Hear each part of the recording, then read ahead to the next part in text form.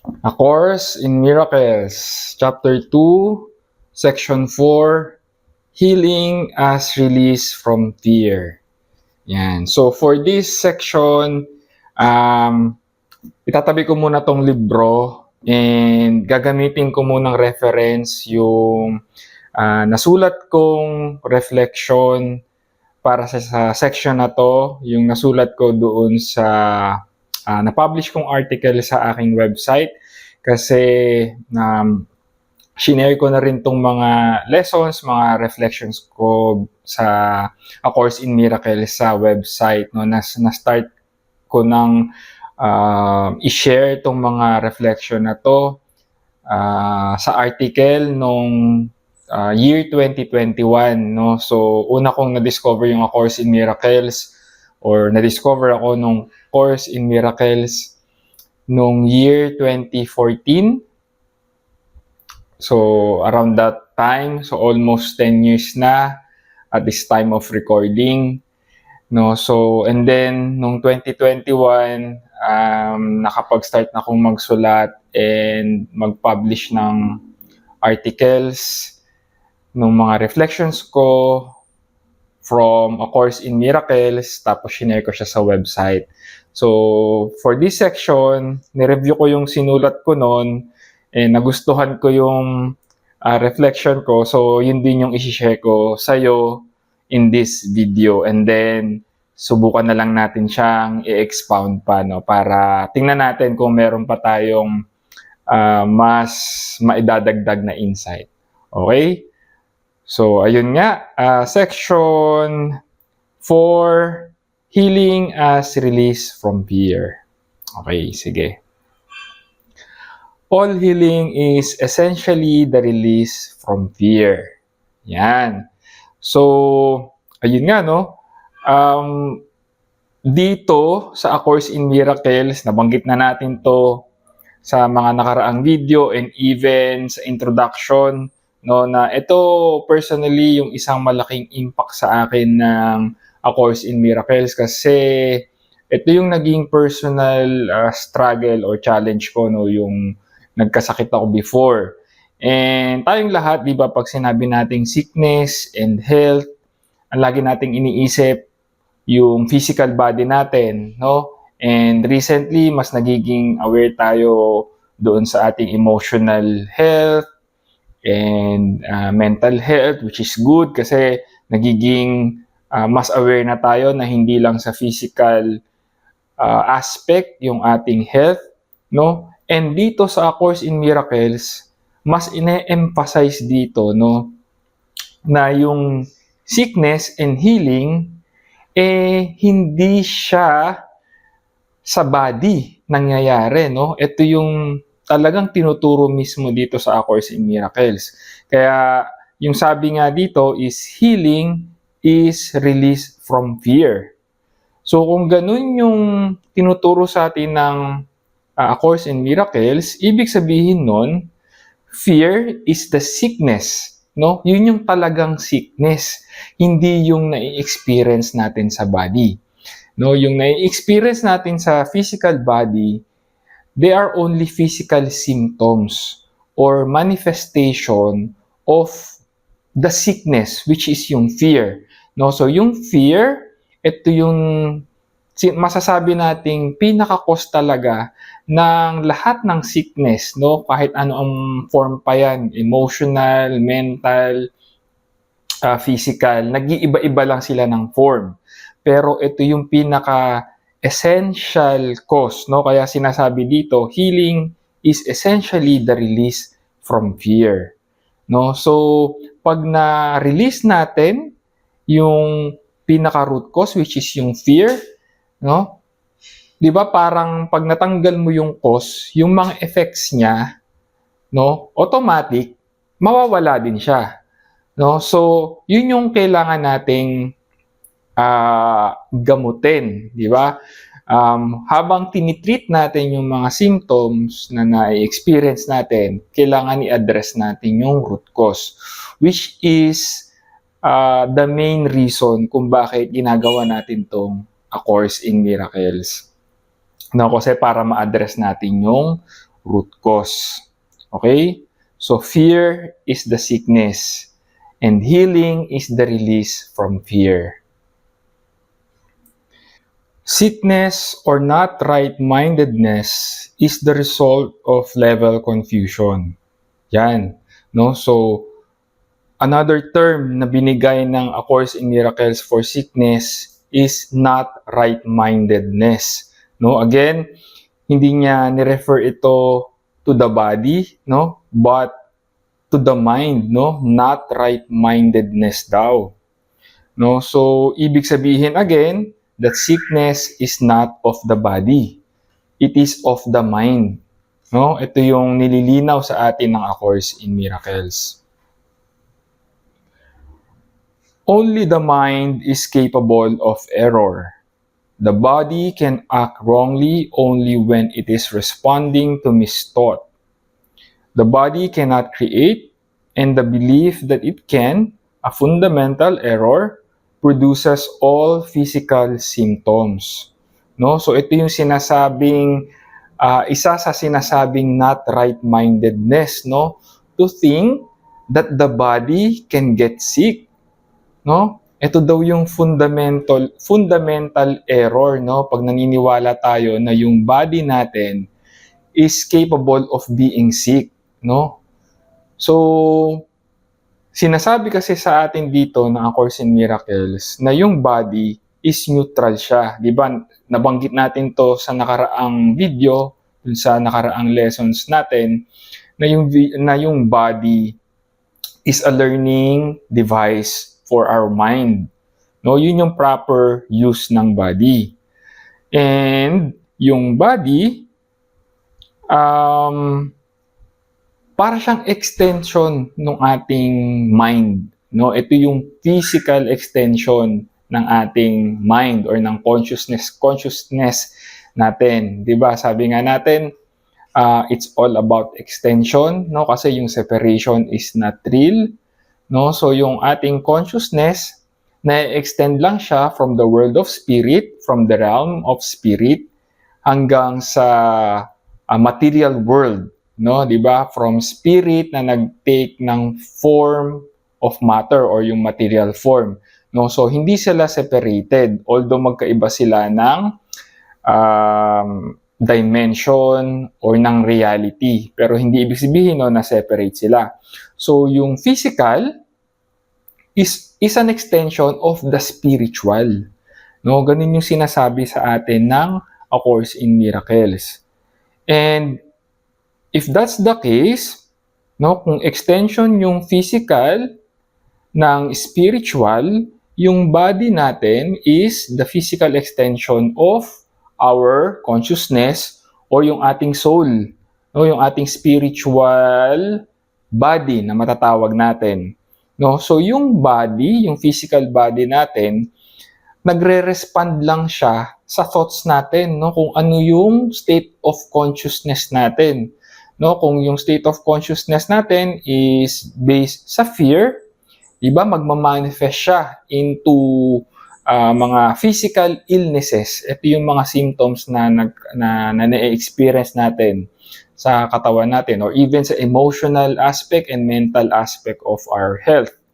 No? Ganyan din naman kung yung state of consciousness natin is based on love, pag-align siya doon sa truth, no? Magre-respond din siya accordingly, di ba? Ito yung manifestation ng good health, no? Parang ang gaan-gaan ng pakiramdam natin, no? Yung magandang feeling. Kaya di ba sinabi doon sa previous video, natutunan natin, no? Nabanggit doon that health is inner peace. Di ba? Yun yung sinasabi sa atin ng A Course in Miracles. No? So kung meron tayong inner peace, magmamanifest rin siya doon sa ating physical body and pati na rin sa ating emotional and mental health. Meron tayong peace of mind, yung emotional health natin is very stable din, no? Kung magkaroon man tayo ng mga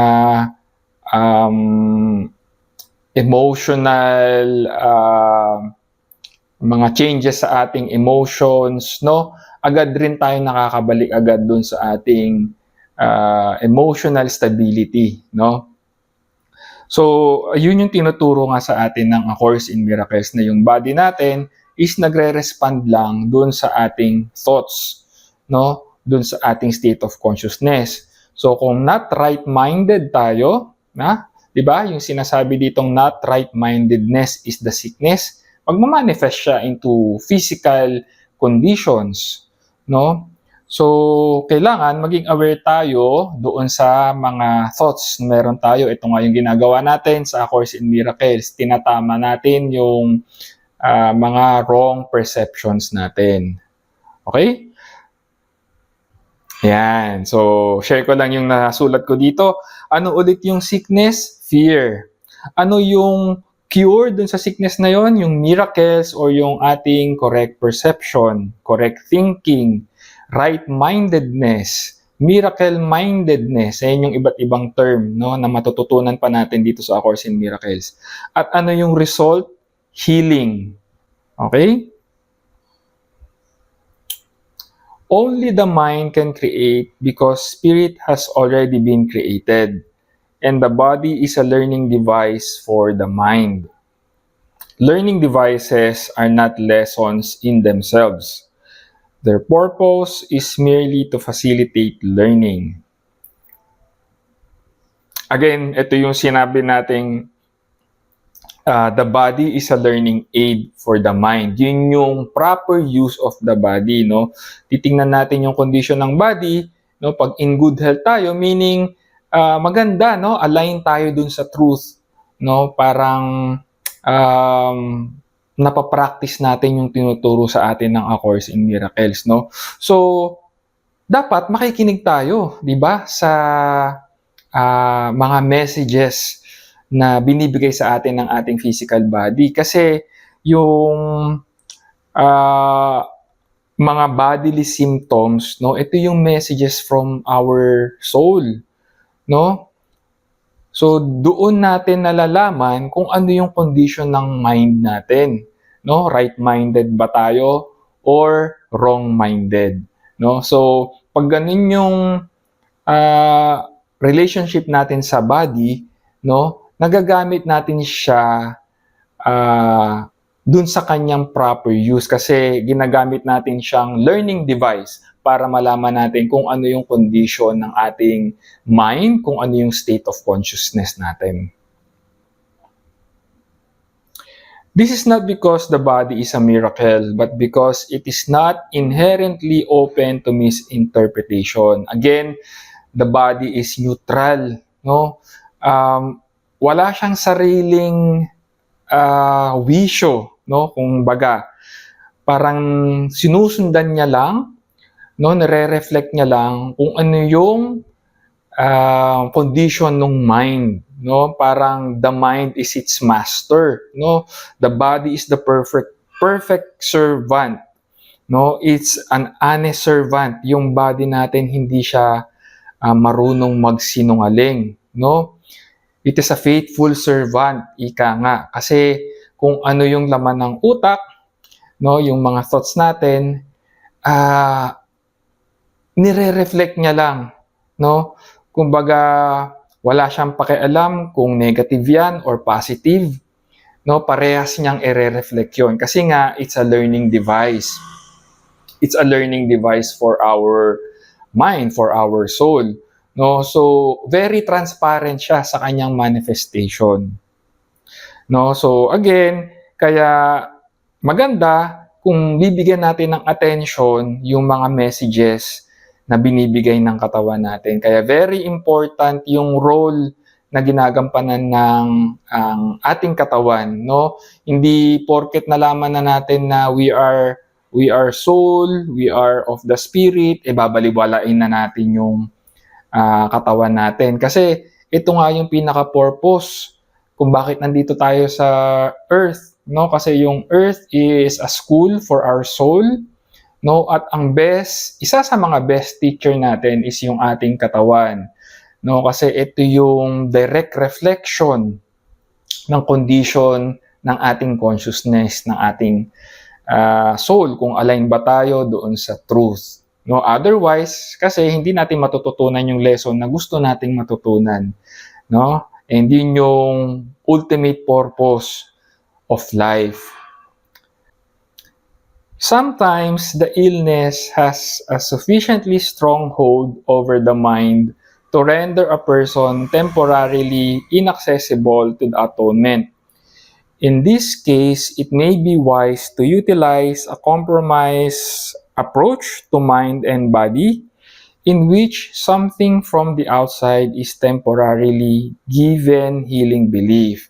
No, again, hindi natin babaliwalain yung body. Siyempre, pag may nararamdaman kang sakit, no, yung talagang hindi mo matiis, yung talagang, kumbaga, kitang-kita na nahihirapan na yung katawan mo and meron namang available na medicine or kung ano-ano mang tools, techniques na available sa atin, gamitin natin yun. Hindi naman ibig sabihin na porket alam nating illusion itong physical experience, i-deny na natin na hindi ako nasasaktan.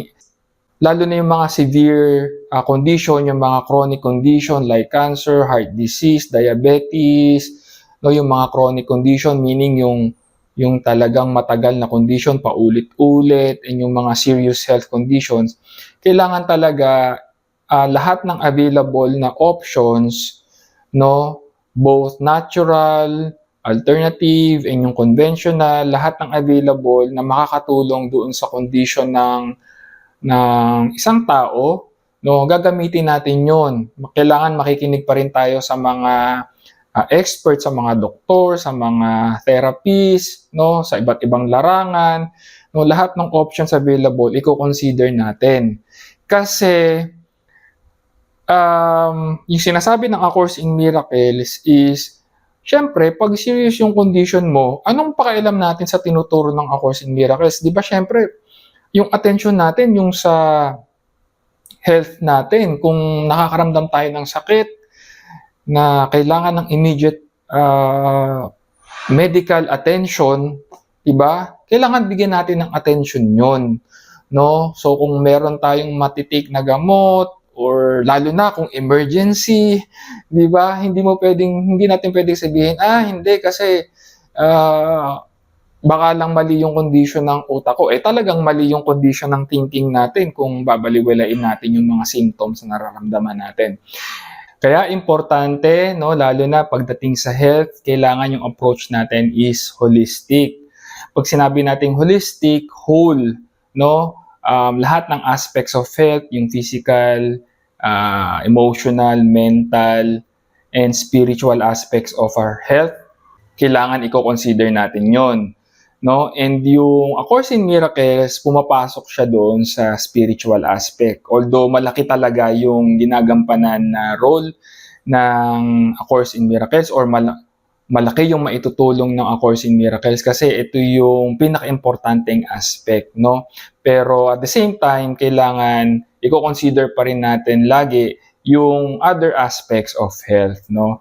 So, ang tendency kasi, pag nagkakasakit tayo, no, lalo na yung chronic condition, nagiging part ng identity natin yung sickness, no? Na-identify na natin yung sarili natin doon sa sickness, nagiging attached tayo doon sa condition, no? Kaya sinasabi natin na may cancer, may diabetes, may heart disease, may kung ano-ano pa, no? Inangkin na natin, no, yung sakit. No, kaya mas nahihirapan tuloy tayong mag-cope or mag-heal. Di ba nga ang healing is the release, no? The release. No, yun yung sinasabi sa atin ng A Course in Miracles. And hindi tayo makakarating doon sa mas higher form or yung mas importanteng release from fear kung doon pa lang sa other level, doon sa physical level or other aspects of our health, yung mental health natin, hindi na tayo makarelease, no? Pag naging attached na tayo doon sa condition. no? So kumbaga, kung makaka-release tayo from the pain or the suffering kung saang level man 'yan, no, i-take natin or i-consider natin yung option na yon, no, para makarating tayo dun sa final release, no, from fear, which is the ultimate uh, or essentially the form, ito yung pinakamataas na, kumbaga, yung gusto talaga nating ultimate form of healing talaga, no, yung release from fear. This is because the last thing that can help the non-right-minded or the sick is an increase in fear. They are already in a fear-weakened state. Yun. No, again, yung fear is the sickness. No, so kung bibiglain natin na sabihin natin na hindi totoo 'yan, no, manifestation lang yang nararamdaman mo, which is which is true naman talaga. Pero kung bibiglain natin ganun, no, and nakikita natin nagsasuffer and in pain yung isang tao, tapos sasabihin natin na it's not real, it's an illusion, no, imbis na makatulong, nagiging counterproductive pa, no? So yun yung sinasabi dito ng A Course in Miracles. Kailangan malaman natin kung nasaang stage ba yung isang tao. Tingnan natin muna kung alin yung mas immediate na help na kailangan niya. Kasi yes, yun yung ultimate goal natin, yung release from fear. Pero tingnan muna natin kung marireceive ba ng maayos kung ano man yung ino-offer natin na tulong dun sa isang tao.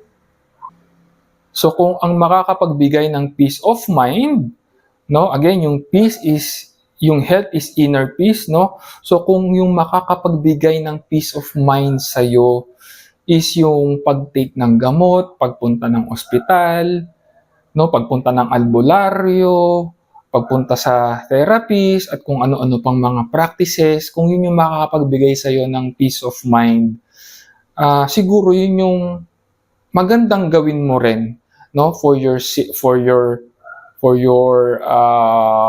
own benefit, no? And then saka natin isingit, no? Saka natin isabay yung itinuturo ng A Course in Miracles habang ginagawa natin yung mga treatments na available sa atin. Kasi yun naman yung pinaka goal natin, objective natin, no? Parang pag nandun na tayo, 'di ba? Syempre ang gusto natin is maging free tayo from, kumbaga, kung naging dependent tayo sa medication, sa treatment, 'di ba? Syempre gusto natin na maging free tayo doon, no? Parang yun yung talagang masasabi nating nag-heal tayo, 'di ba? Parang yun yung magandang manifestation, no? Until, so gagawin natin yung mga treatments na yon, consider natin yung mga treatments na available until dumating yung time na hindi na natin sila kakailanganin. The whole aim of the miracle is to raise the level of communication, not to lower it by increasing fear. So yan na yung nasabi na natin kanina, no? So yung aim ng miracle is not to cure the body, but to heal the mind. Yan. And to heal the mind, ang ginagawa ng miracle, itong ginagawa natin sa A Course in Miracles, is to raise the level of consciousness, no? To the point na hindi na magkakasakit yung physical body natin. Kasi 'di ba, nabanggit nga natin kanina, yung physical body natin is the reflection of the condition of our mind, no? Yung state of consciousness natin.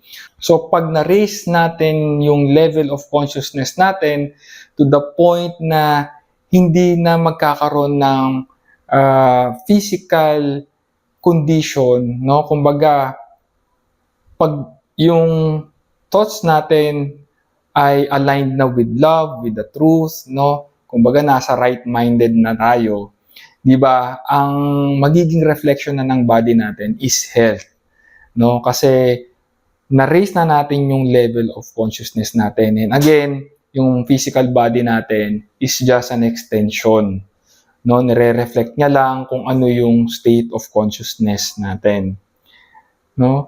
And kung pag natutunan na natin, no, kung ano yung kailangan nating matutunan doon sa sickness, no, whether it's physical, mental or emotional, pag natutunan natin yung lesson natin at pag na-correct na natin yung thinking natin, nagawa na ng body yung purpose niya, no? Hindi na natin kailangan yung sickness kasi yung lesson na kailangan nating matutunan ay naituro na or natutunan na natin from the condition na nakuha natin, no, na na-experience natin, no? At yun yung purpose nung body, di ba?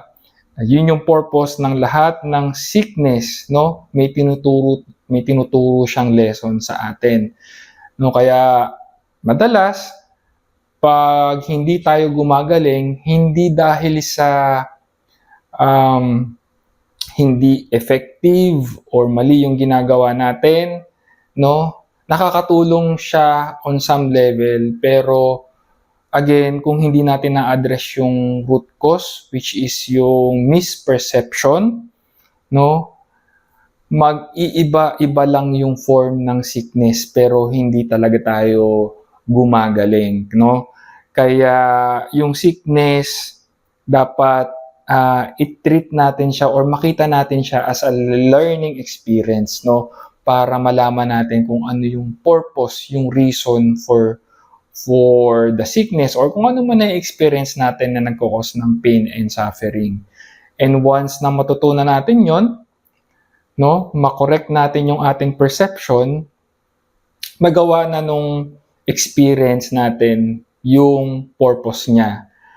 At pag nangyari yon, doon na rin magti-take effect yung healing na gusto natin, no? So yun yung sinasabing release from fear, no? So yung healing is not of the body but it is of the mind. So I hope nakatulong sa iyo tong video na to, lalo na kung meron kang health challenge, no? Pag nilay-nilayan natin yung mga insights na natutunan natin from this section. And thank you again for joining me in this session, and I'll see you in the next one.